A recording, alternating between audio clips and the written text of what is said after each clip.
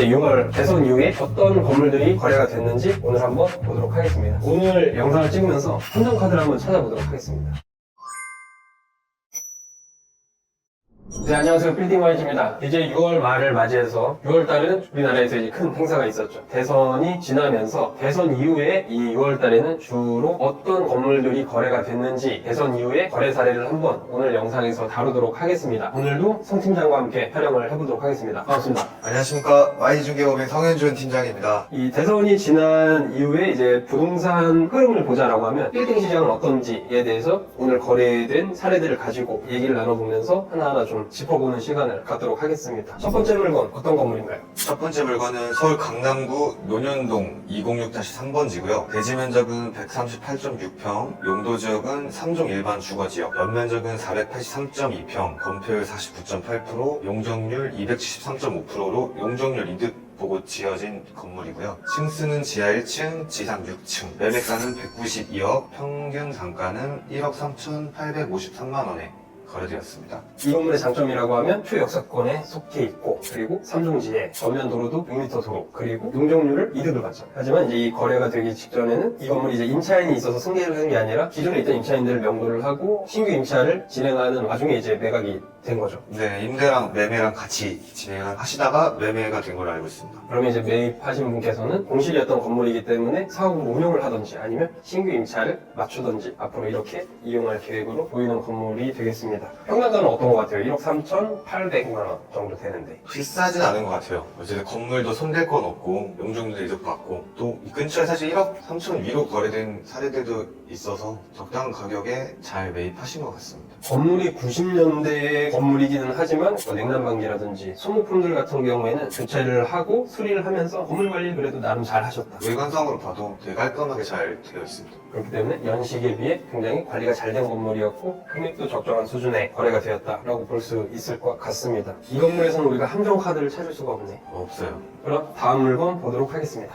네, 두 번째 물건 서울 강남구 삼성동 121-5번지고요. 토지 면적은 50.6평, 용도 지역은 2종 일반 주거지역, 건물 연면적은 149.3평, 건폐율은 59%, 용적률은 234.6%. 이 물건도 마찬가지로 용적률 이득 보고 지어진 건물이고요. 매매 금액은 65억, 평당가는 1억 2,846만 원에 거래되었습니다. 삼성중앙역 이면에 위치한 건물이 되겠고 삼성동 공원이랑도 가깝기도 하지만 아무래도 삼성동 자체는 강남에서 그래도 GBC 때문에 영업급 호재가 있는 지역이기 때문에 그 개발 호재에 직접적인 수혜를 받는 지역으로 칭하기도 하죠. 근데 실상 가서 보면 이쪽 블록 같은 경우에는 아무래도 주택가의 느낌이 더 강한 그런 지역이기 때문에 아직까지는 다소 좀 조용한 감은 있다. 그리고 이 일대는 중소형 오피스들 수요가 있기는 하지만 굉장히 북적북적 거리고 시끄러운 상권은 아니고 이 건물 아래에서 내려와서 신도 브레뉴 상가 요 앞에 이 일대 라인만 조금 이제 유동인구가 좀 있고 그 외에는 아무래도 조용한 지역이다. 그리고 이쪽에 매입하시는 분들은 조용하게 이제 오피스를 사용하던지 아니면 추후에 삼성동이라는 큰 개발 호재를 보고 미리 순차적으로 진입을 하시는 게 아닌가 이런 생각이 드네요.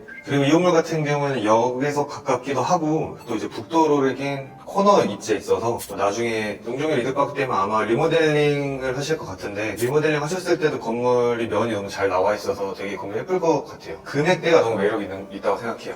강남에서 삼성동을 100억 아래로 매입을 하고 장기적으로 봤을 때는 당연히 괜찮은 결과가 발생을 하지 않을까 이런 생각을 합니다. 다음 물건 보도록 하겠습니다.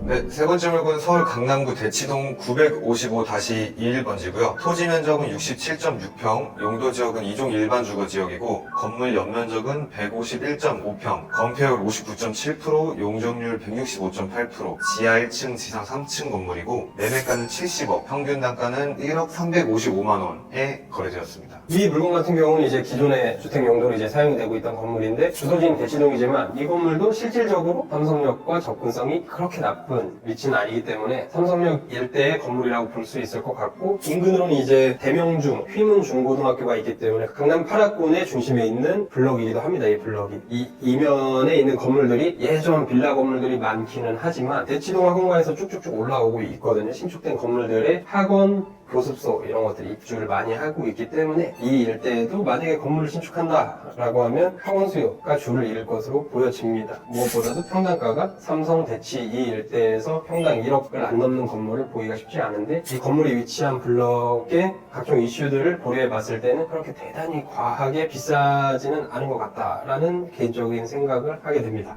네 번째 물건 서울 용산구 한남동 727-4번지고요. 토지 면적 49.6평, 용도 지역 2종 일반 주거 지역, 건물 연면적은 99.3평, 건폐율 59.9%, 용적률 200%, 지하는 없고 지상 5층짜리 건물입니다. 매매 금액은 93억이고 평당 금액은 1억 8,750만 원에 거래되었습니다. 오늘 거래 사례 봤던 건물들은 대부분 이제 임차인이 없는 상태에서 그리고 명도가 완료된 상태에서 거래됐던 물건들이 쭉 나왔고 이 건물 같은 경우에는 임차인을 있는 상태에서 승계를 받는 그런 거래 사례가 되겠네요. 수익률이 그러면 2% 초반대가 나오는 이제 100억 미만 한남동 건물이 되겠네요. 동네 자체는 조용한 편이지 않나요, 이쪽이? 여기 사실 거의 다 주거 지역이 좀 더 많아서 아직까지 상권이 있다고 보면 조금 아쉬운 동네이긴 하죠. 이 한남동 상권을 가보면 골목골목 구석구석에 아기자기한 편집샵들도 많고 사람들이 이제 또 찾아가는 재미가 있잖아. 그렇기 때문에 이렇게 한남동의 위치에 있고 조용한 무슨 주택가의 건물이라고 하더라도 이렇게 임차 업종들이 들어오는 걸 봐서는 마케팅을 잘 한다라고 하면 이 한남동 온 김에 얼마든지 찾아갈 수 있는 그런 건물이라고 봐야 되겠네요. 그럼 네, 그 임차도 되게 잘 맞추신 것 같아요. 근데 다소 평당가가 난 싸다고 느껴지지는 않는데 어떤 매력적인 게 어필이 돼서 이 금액으로 이 물건이 거래됐는지는 궁금합니다. 사실 왜 이 평당가를 주고 샀을까라는 거에 아직 퀘스천 마크이긴 하지만 그래도 이 한남동이라는 이 동네가 주는 가치 이거를 장기간 보고 재개발이라든지 이런 이슈들로 인해서 성장 가능성을 보고 사셨다 이 정도로 생각을 하면 되지 않나 라고 생각이 드네요. 그럼 이제 끝으로 마지막 물건 보도록 하겠습니다.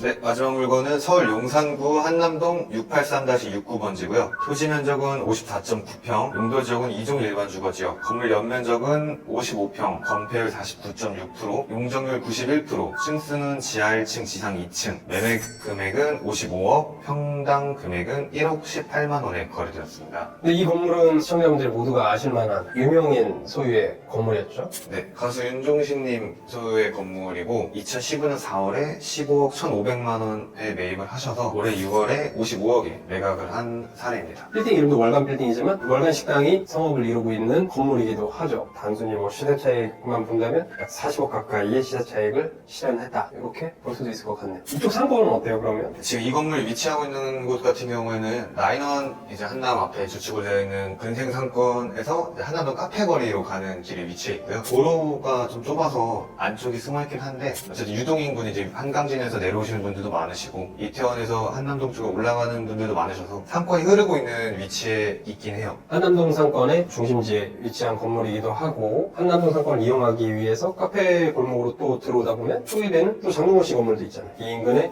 유명 연예인분들이 좀 많이 매입을 해서 소유하고 있는 어떻게 보면 핫한 상권 중에 하나죠. 한남동 상권 자체가. 점점 더 핫해지고 있는 것 같아요. 성수동과 마찬가지로. 아까 앞서 봤던 한남동 건물 같은 경우는 평당 막 1억 8천. 지금 거래되는 건물들도 막 1억 이상 훨씬 많잖아요. 거래 사례들도 많고. 매매가, 평당가로만 놓고 본다라고 하면은 크게 부담되지 않는 건물 가격과 평당가인데 근데 여기에서도 한정카드가 하나 있긴 합니다. 오늘 거래사례 편에서도 또 찾았습니다. 그것은 바로 앞에 도로와 사도입니다. 윤종신 씨 건물이 메인 도로가 있고 진입하는 진입로 자체가 아스팔트가 깔려 있고 도로가 나 있긴 하지만 이 도로의 소유 자체가 지자체가 아닌 사도 개인 명의의 이제 사도로 이제 확인이 됩니다. 그렇기 때문에 실질적으로 사도인 경우에는 이제 사용료 관련해서는 뭐 여러 가지 이슈가 있을 수는 있을 것 같아요. 왜냐면 또 그만큼 어쨌든 다 감안된 금액이죠. 같은 상권 내에서도 이제 이 정도 사이즈면은 훨씬 더 많은 금액을 지불해야 되는데 이 활성화된 상권에 비해서 메리트가 있다 이렇게 판단을 하고 매수자분께서 매입을 하시지 않았을까 이런 생각을 합니다. 강북에서 이제 그래도 가장 프리미엄이